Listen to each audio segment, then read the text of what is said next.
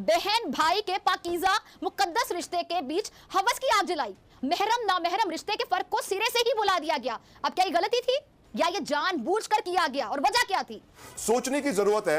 ये वो जहर का बीज है जो बोया जा रहा है हमारी आने वाली नस्लों में, जहां हराम को हलाल और हलाल को हराम करने की कोशिश की जा रही है। यहाँ पे बैठ के यहाँ पे मैं गालियां दे के बताती कि is it okay for you, is it fine for you, मतलब सीरियसली। फिर कहते हैं जी give reason for your answer और इंक्लूड सम जो है रेलेवेंट एग्जांपल्स। पाकिस्तान के अंदर सिखाया जा रहा है बहन भाई से संबंध बनाने के गलत तरीके। पाकिस्तान के मदरसे तो बिगड़े हुए थे, लेकिन अब पाकिस्तान की यूनिवर्सिटी जहां पर कहा जाता है कि पढ़े लिखे लोग रहते हैं, पढ़े लिखे प्रोफेसर रहते हैं, वहां पर भी इतने गंदे काम हो रहे हैं। आज की वीडियो में देखने वाले हैं, तो चलिए वीडियो देखते हैं। इंग्लिश के प्रोफेसर जिनका नाम खैरुल बशर बताया जाता है, उन्होंने कोई इंतहाई वाहियात किस्म का क्विज पेपर अपने स्टूडेंट्स को दिया। वो क्या था, इस पर बात करते हैं। मगर अब तक जो हमारा माशरा है उसको कभी गर्लफ्रेंड बॉयफ्रेंड के रिलेशन, कभी जो हम जिन्स परस्ती से टारगेट किया जाता रहा। मगर प्रोफेसर साहब ने अपने स्टूडेंट्स को दिए गए क्विज में जैसे सारी कहते कि हदें पार कर दी। उन्होंने जो स्टूडेंट्स है उनको दिए गए क्विज पेपर में उन्होंने ये बताया गया कि एक भाई बहन घूमने जाते हैं और घूमते घूमते वो सफर कर रहे होते हैं एक दूसरे के साथ, और फिर उनको ख्याल आता है कि वो किसी किस्म का जिस्मानी रिश्ता कायम करें। ये सच है कि तरक्की की दौड़ में मगरिब हमसे बहुत आगे है, तरक्की याफ्ता है, जदीद है, माशी तौर पर बहुत मजबूत है, टेक्नोलॉजी में आगे है, कानून की बालादस्ती है, वहाँ शहरियों को आज़ादी हासिल है, आज़ादी इज़हार राय है, और इसमें कोई शक नहीं है। लेकिन एक बात जो हम लोग बहुत ही कम बहस में लाते हैं वो ये कि मगरिब में सबसे ज़्यादा जिस चीज़ पर जवाल आया हुआ है वो है ख़ानदानी तर्ज ज़िंदगी, यानी फैमिली कल्चर।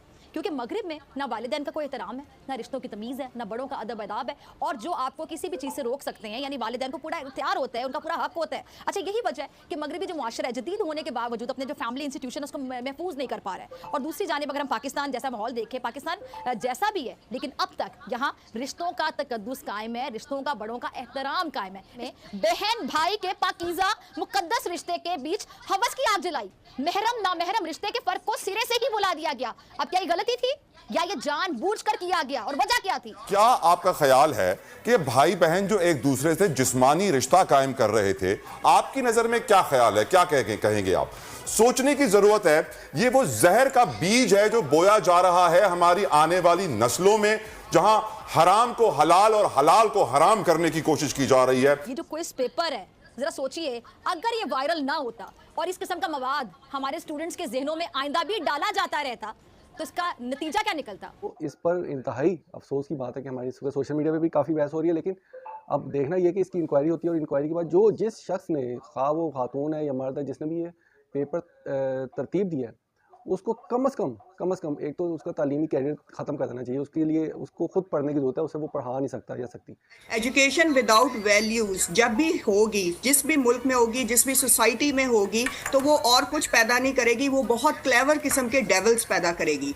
हमने अपनी रिस्पॉन्सिबिलिटी को छोड़ दिया है। देखें, the price of greatness is always responsibility. हमारी यूनिवर्सिटी की रिस्पॉन्सिबिलिटी है कि वो अपना रोल प्ले करें। वो विजिटिंग लेक्चरर्स जो रख रहे हैं उनका बैकग्राउंड क्या है, वो किन बेसिस पे, किन क्राइटेरिया पे हायर हो रहे हैं, और ये इतना बड़ा एग्जाम हो गया, उसमें क्वेश्चन आ गया, स्टूडेंट्स मेंटली कितने इसमें डैमेज हुए होंगे। आप तुम लोगों को शर्म नहीं आती? तुम लोगों को गैरत है कि ये अब आप लोग पढ़ा रहे हैं लड़के लड़कियों को, कि उनका क्या ख्याल है? You making it sound so easy. तुम लोग जो है क्या पढ़ा रहे हो यार? उसके बाद आप कैनेडियन किसी भी जगह पे भाई आप चले जाएं, कहीं पर भी इस चीज़ को ना अप्रिशिएट किया जाता है, ना इस पर इस तरह से, मतलब आप तो पाकिस्तान में रहते हुए इतने खुल्लम खुल्ला आपने एक गंदा सा सवाल जो है क्विज के तौर पे आपने दे दिया कि आप सगे बहन भाई की हम बिस्तरी करवा रहे हैं। मुझे बिल्कुल बोलते हुए ये वर्ड्स जो है शर्मिंदगी का सामना नहीं मैं कर रही, ना मुझे शर्मिंदगी हो रही है कि आप इस दुनिया की हैं, आप मतलब आप किस तरह से ये बेगैरती कर सकते हैं? इतने नीचपन का मुजाहरा एक इतनी रिप्यूटेड यूनिवर्सिटी, और कितनी मज़े की बात है कि जब कोई क्विज कोई पेपर बनाया जाता है एक लेक्चरर की जानिब से, तो उसको कंसीडर किया जाता है, देखा जाता है, यूनिवर्सिटी इंतज़ामिया देखती है, जो डिपार्टमेंटल हेड होता है वो देखते हैं। किसी ने भी नहीं देखा और डायरेक्ट उन्होंने पेपर जो है स्टूडेंट्स के आगे रख दिया, और यहाँ पे बैठ के यहाँ पे मैं गालियाँ दे के बताती कि is it okay for you, is it fine for you, मतलब सीरियसली। फिर कहते हैं जी give reason for your answer और इंक्लूड सम जो है रेलिवेंट एग्जाम्पल्स।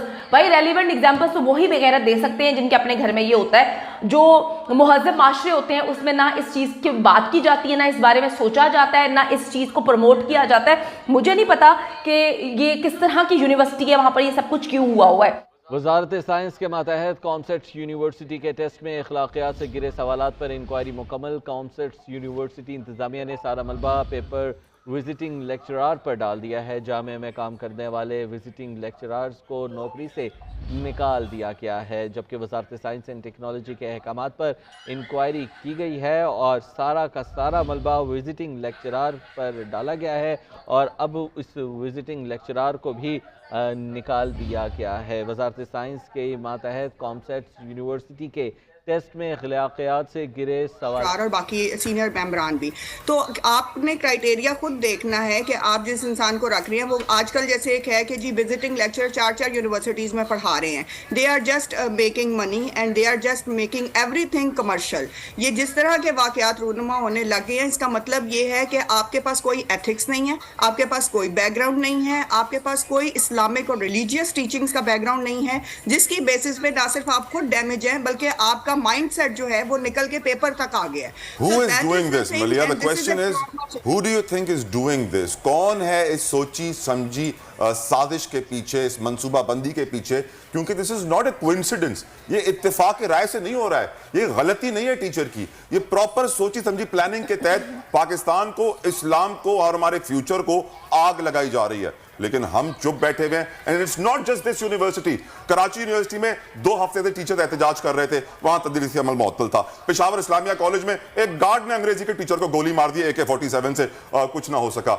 हमारे एजुकेशनल सिस्टम मेरी नजर में इज रॉटन, तबाह हो चुका है, बोसीदा हो चुका है, फरसूदा हो चुका है, पुराना है, पर्ची है, सियासी भर्तियां हैं, हम तमाशा देख रहे हैं। तो आपने जैसा कि वीडियो में देखा भाई कैसे एक प्रोफेसर ने कितना वल्गर, कितना बेहुदा क्वेश्चन जो है स्टूडेंट के साथ किया, लेकिन ये करने का उसका क्या मोटिव था, क्या सोच के उसने क्वेश्चन किया। दोस्तों आप पढ़ सकते हो, आपके सामने है, अपने पढ़ा भी होगा कि उसमें क्या लिखा हुआ है। पूरी स्टोरी आपने पता ही होगी, लेकिन मैं नहीं बताना चाहूँगा उसके बारे में। अगर आपको चाहिए पूरी स्टोरी तो भाई नीचे मैं लिंक दे दूंगा, वहाँ से आप जाके पूरी स्टोरी पढ़ सकते हो क्या उस लेटर में उन्होंने लिखा हुआ था। दोस्तों पाकिस्तान के अंदर जैसे कि यूनिवर्सिटी है, मदरसे, भाई बहुत बेकार हाल है उनका, कोई एजुकेशन नहीं है, सिर्फ धर्म के बारे में पढ़ाया जाता है और कुछ भी साइंटिफिक चीज़ें उनको सिखाई नहीं जाती। यह सीखने के लिए पाकिस्तानी स्टूडेंट को बाहर जाना पड़ता है या फिर इंडिया के यूट्यूब चैनल से पढ़ाई करनी पड़ती है।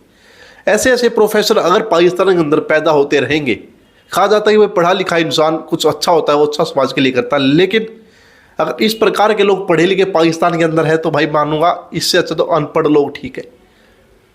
दोस्तों इसके ऊपर आपकी क्या राय है, क्या ये चीज़ कॉलेजों के अंदर करना कहाँ तक ठीक है, कितना बेहुदा चीज़ों की करी गई है, इसके ऊपर अपनी राय हमें कमेंट बॉक्स में जरूर दीजिएगा। मिलते हैं आपको अगली वीडियो में, तब तक के लिए बाय बाय, जय हिंद।